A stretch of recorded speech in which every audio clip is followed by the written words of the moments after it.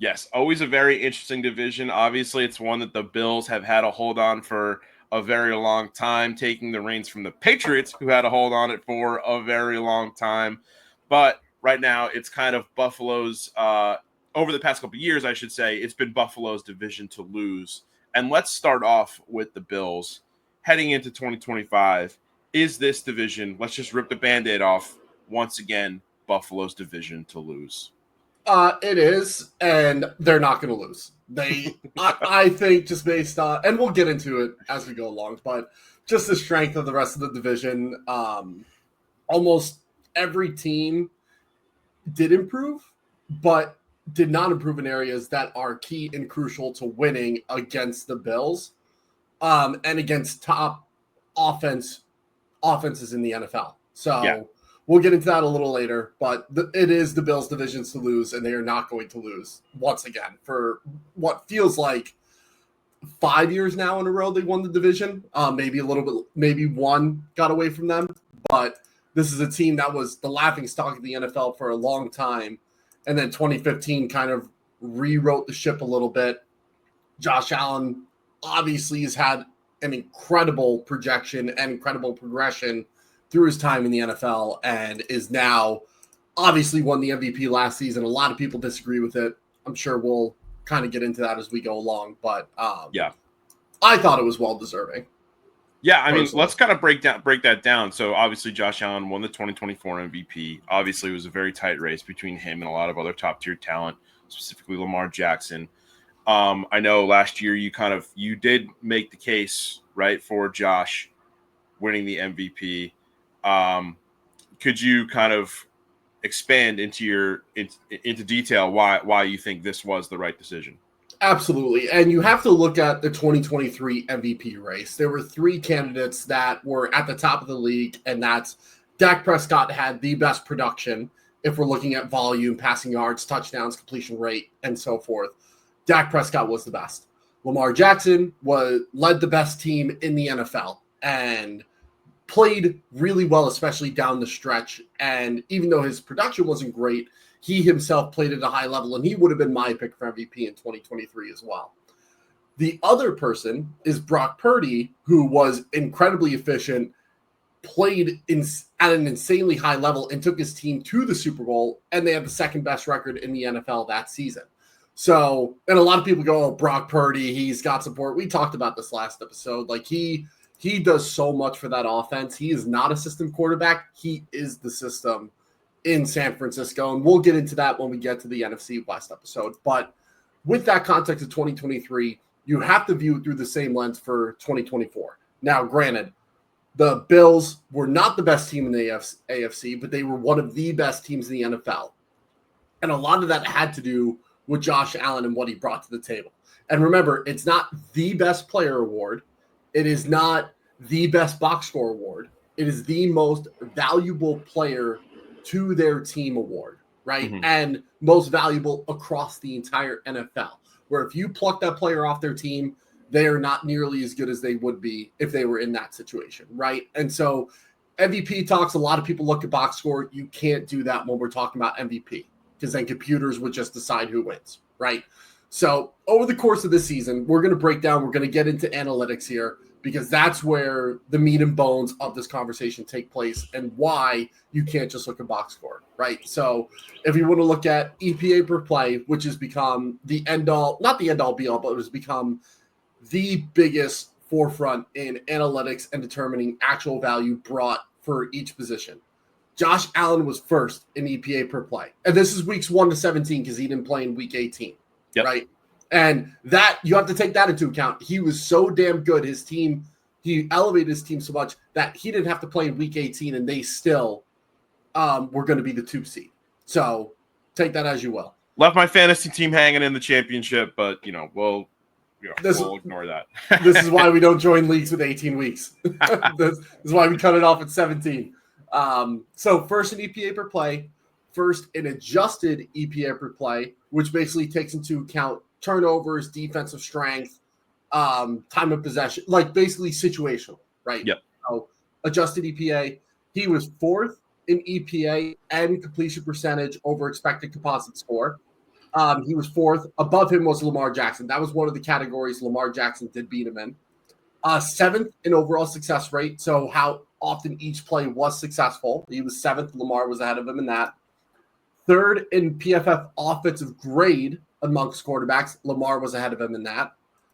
Sixth in PFF passing grade. First in PFF rushing grade in the entire NFL. And I know the rushing portion of the quarterback position doesn't necessarily make for who is the better quarterback, but it makes for the better player, which is what this award is. It's not most valuable quarterback. It's most valuable player. And he brings in a massive rushing aspect, right? So does Lamar. But in terms of how they carried the rock and what they did with it, Josh Allen was first. He was also first in big-time throw rate, so tight window throws, third down completion percentage, touchdowns and clutch moments, first downs and clutch moments, was the best in big-time throw rate. First in pressure to sack rate, meaning when he was pressured, only 8% of the time did that turn into a sack, which was by far the best in the NFL. Anytime you have someone with sub 10, you're heading into historical territory. So awesome at mitigating the pocket when he got pressured. First in big time throws of 20 plus yards. And he had 28 of those. The next closest was Sam Darnold with 22. So a huge increase compared to the next guy. Third in big time throws in the intermediate range, 10 to 19. And then fourth in deep rate up passes of 20 plus yards. So it's not like he's just taking and dunking it short. He is attacking the intermediate and the deep portions of the field at one of the highest rates in the NFL, which normally guys who have really good box scores or guys who have a lot of yards and a high completion rate, people automatically go to, oh, well, were you throwing it short? Were you just dink and dunking it? Which is a tough part of the game. That should not discredit quarterback play in the short part of the game, right? Because everyone can look at, oh, it's just it's a 5-yard slant, it's a 7-yard in, or it's a 10-yard out, right? That should be discredited. It's really not, because of how defenses do play those routes, right? That's another conversation for another day. But if you look at the aggregate and you look at all those rankings and all those stats put together, Lamar beat him in only 3 of those categories. I think there were 12 that I listed. Josh Allen did not have the production volume or the support. And now, granted, you can say Lamar Jackson's defense was bad at the beginning of the season. Again, we'll get into that in the AFC North episode. But what matters is he was more efficient, more effective, and elevated this Bills team to one of the best in the AFC and one of the best in the NFL, once again falling short to the Chiefs in playoffs. And again, MVP is not a postseason award, right? But in the culmination of everything, Josh Allen was the MVP in my mind. He was my pick when we did our voting for the House Enterprise. And now it's blowing up on Twitter again. People are sharing Lamar's box score. They're like, how did someone with a 41-4 TD to INT rate not win MVP? How did someone with over 5,000 yards not win MVP? You have to look at the whole picture. You can't just look at 4 base stats. And that goes for any position, right? And that's why in this podcast, we break it down to a more micro level and show you the intricacies. And if you put on any Bills game and you put on any Ravens game, there was a clear difference in quality between both teams on both sides of the ball. And Josh Allen does more for his offense than Lamar Jackson does. Yep. Lamar Jackson's an awesome player. He's the second best quarterback in the league. But again, this is not a quarterback award. It is a player award, regardless of what people think, oh, it's a quarterback award. No. If it was a quarterback award, quarterbacks would have won the entire history the award has been active. It's just the fact that they provide the most value for their teams, especially in today's NFL with how QB-driven teams are. Yeah. Before we get into the rest of the team, I do kind of want to ask one big thing about Josh Allen this season. Not really about Josh Allen, but about the Bills. This was Josh Allen's first time in 4 seasons that he was not able to throw Stephon Diggs, right? All 4 of Stephon Diggs' years in the Bills, he had over 1,000 yards. His lowest was in 2023 with 1,183. So for Josh Allen to go from losing his primary target to winning MVP, what does that say about Josh Allen?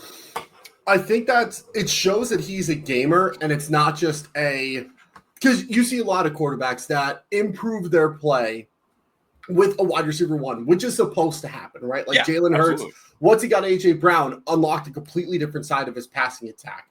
Stephon Diggs coming to the Bills in the first place helped Josh Allen in his development.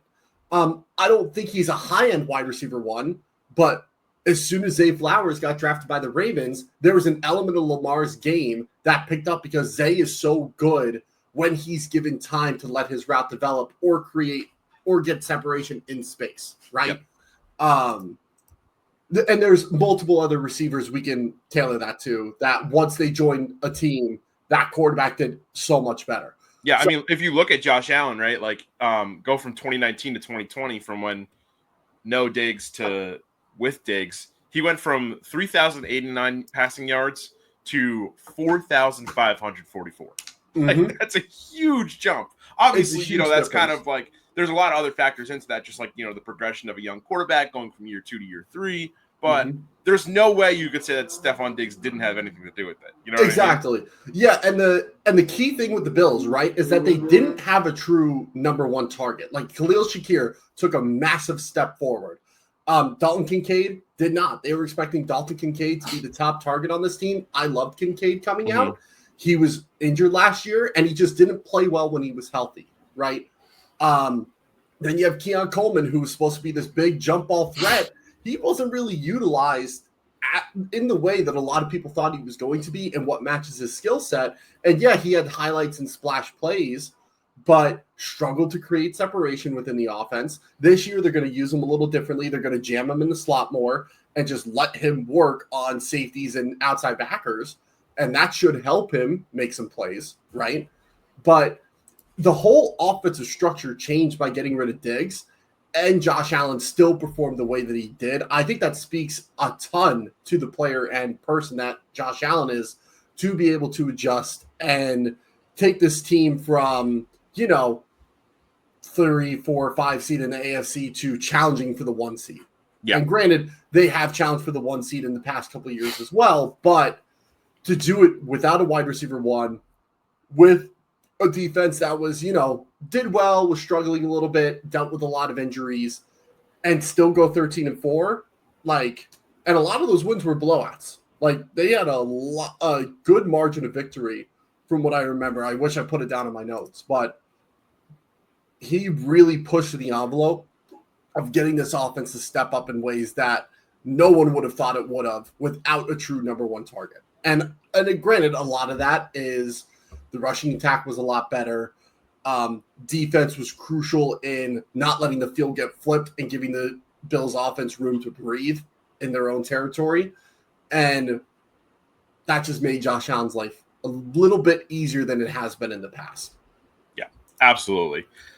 Not making Josh Allen's life easier is a guy that, had some great offensive production last year for the Bills, but is right now in a little bit of a contract dispute, and that is running back James Cook. So, Jordan, can you kind of provide an update on where the Bills sit with Cook? Yeah. And kind of where you think this is going to go? Yeah, absolutely. I believe he did sign a contract yesterday. Yeah, he did a 4-year, $48 million deal. I was looking when I put it in my notes. I didn't get a chance to update it before this, but I said he was going to be looking for 12 million plus a year, if not more. He got the 12 million a year AAV value. When you look at contracts, though, you have to look at void years, you have to look at guarantees, bonuses. So, the big AAV number, we can't really look at that and say, yeah, he got exactly what he wanted. You got to look at the underlying, any of the voids, any of the guarantees. Any signing bonuses, right? And if it's front-loaded, back-loaded, or if it cascades, right?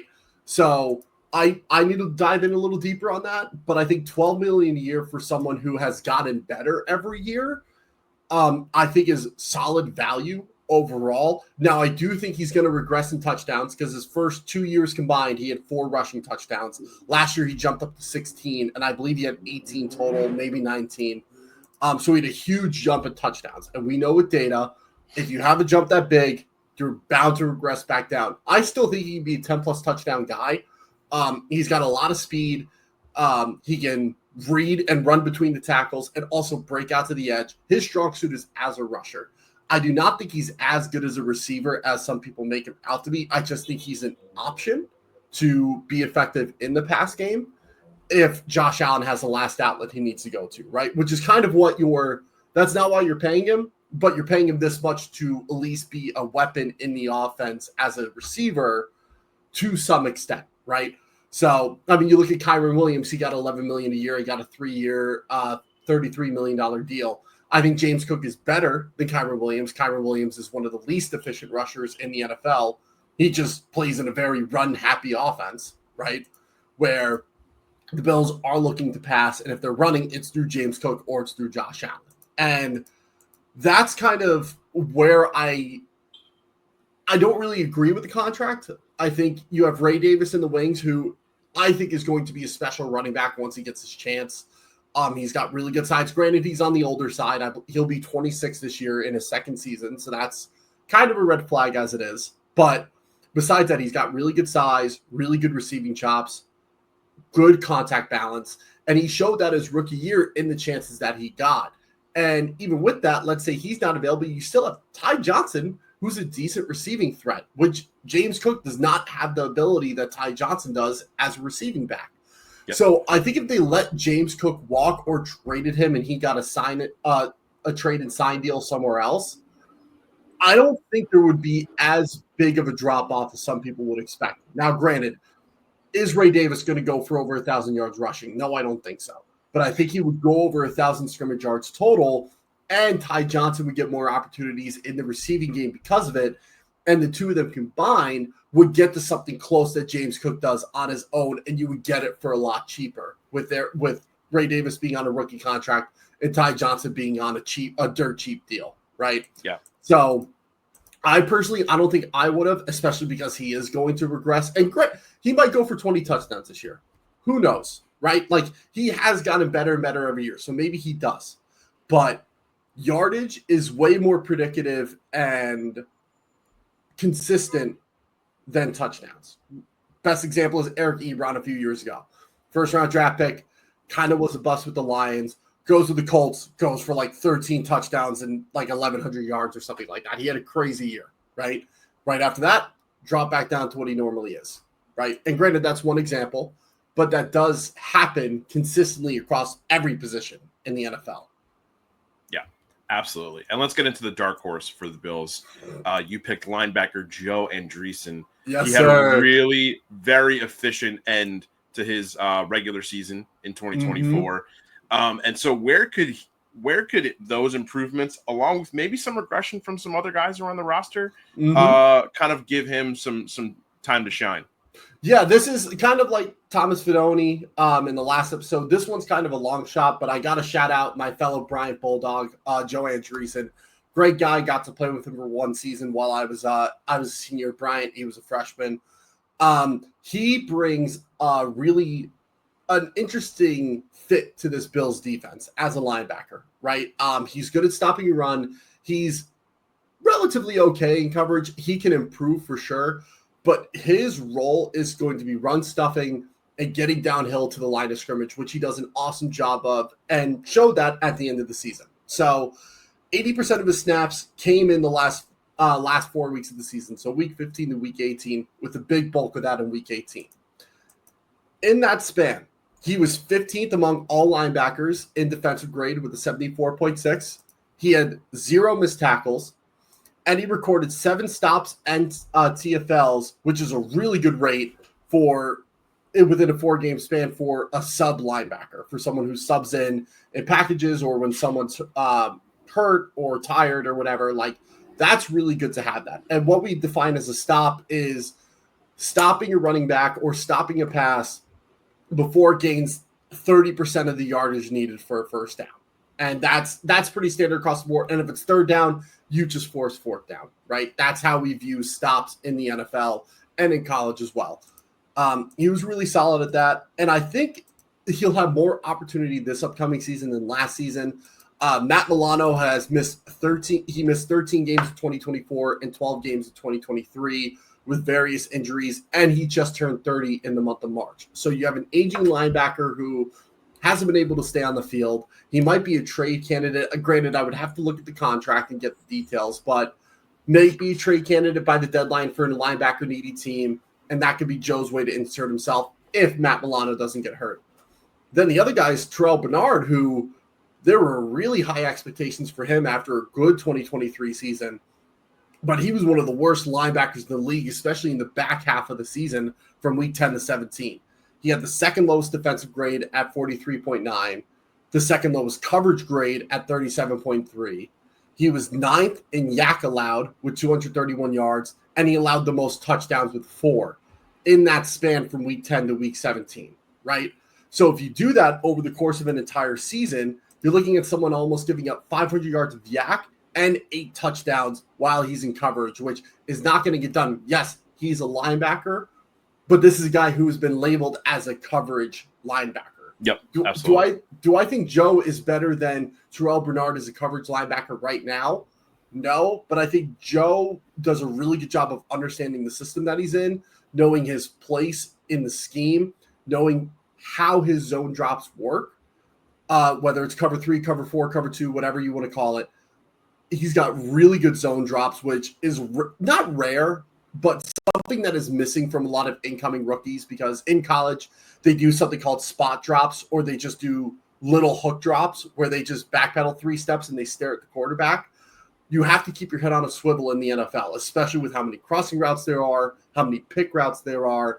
You have to keep your eyes moving at all times. Joe, when he was coming into this draft class, was in the better half of the linebackers when it came to that in that 2024 class. So I think with his ability and some of the limitations with the other players that are on this roster, he'll get more snaps than he was originally going to get as an undrafted free agent. And I think he could be a big splash player in crucial moments if given the right opportunities. Yeah, absolutely. And sorry, Jordan, just real quick, I just want to try and refresh my page real quick, and then we'll get into their Yeah, do what you got to do.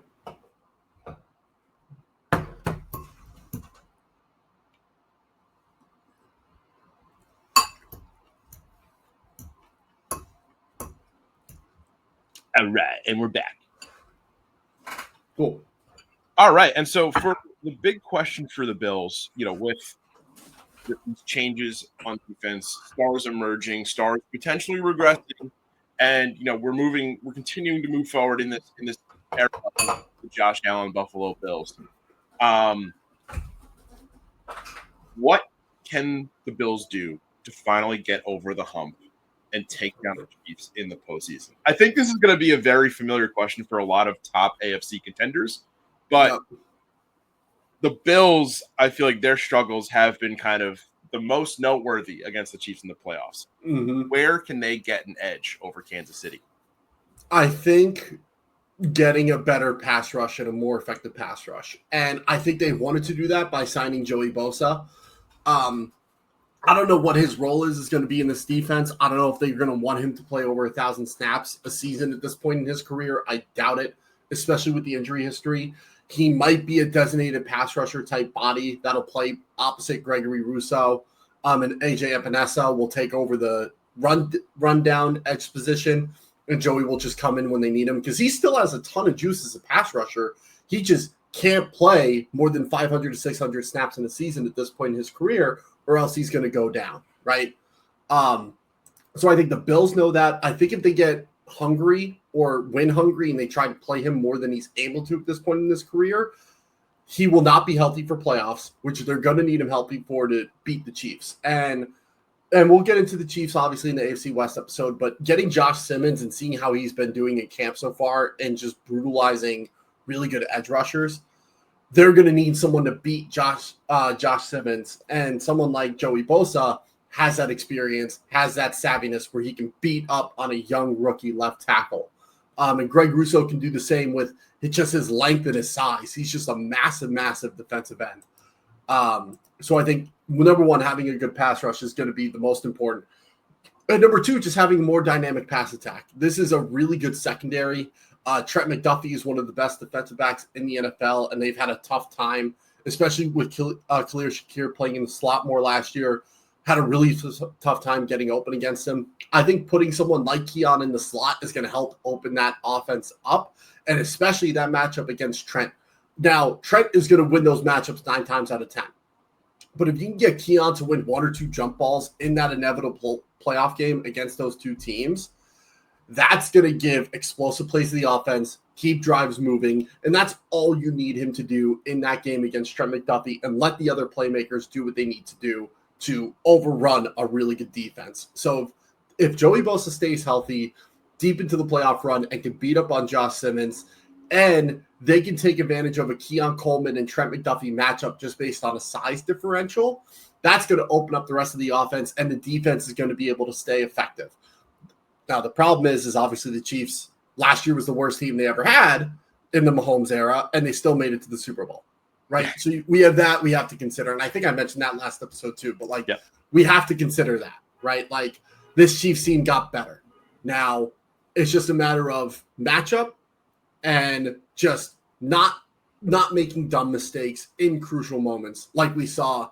That 4th down last year, a lot of people pointed at Dalton Kincaid, and they're like, how'd you drop that? Like, yeah, it was a weird pass and he had to make a weird adjustment. But that play, Josh Allen made the wrong pass call protection, or the center made the wrong protection call. And you can't have those mental lapses in crucial moments like that and put yourself into pressure where you have to make a ridiculous highlight reel throw just to keep your team alive in a playoff game that, frankly, you should have won because you had them on the ropes in the first half. But that's just me. Absolutely. So won't be surprised to see if we see these two teams against each other again in the playoffs, and we'll see if Buffalo ends up making some adjustments.